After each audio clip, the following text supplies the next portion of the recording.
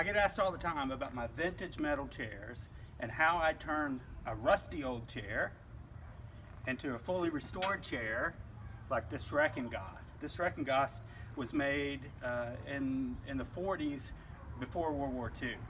And it's fully restored and it's a beautiful chair. So today I'm going to show you how we do it. So when you ask me how do I restore a chair, I usually say sweat. And this is it. I have an orbital sander, DeWalt orbital sander. I smell the voltage. And I have this DeWalt grinder.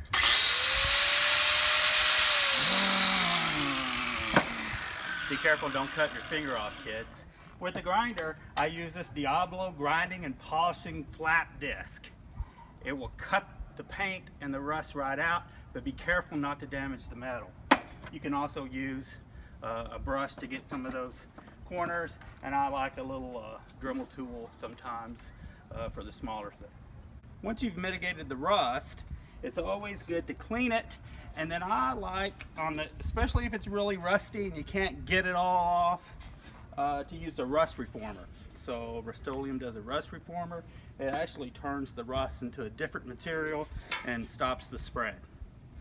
Once you've done that, you can let it dry, follow drying recommendations, and then I use a clean metal primer. I'll let that dry for a couple of days before I go into my finishing coat. And then something I didn't bring is a clear coat at the end. So if you're ready, let's go grind something. It's hard work, but you can see how this grinder will take off the paint and the rust.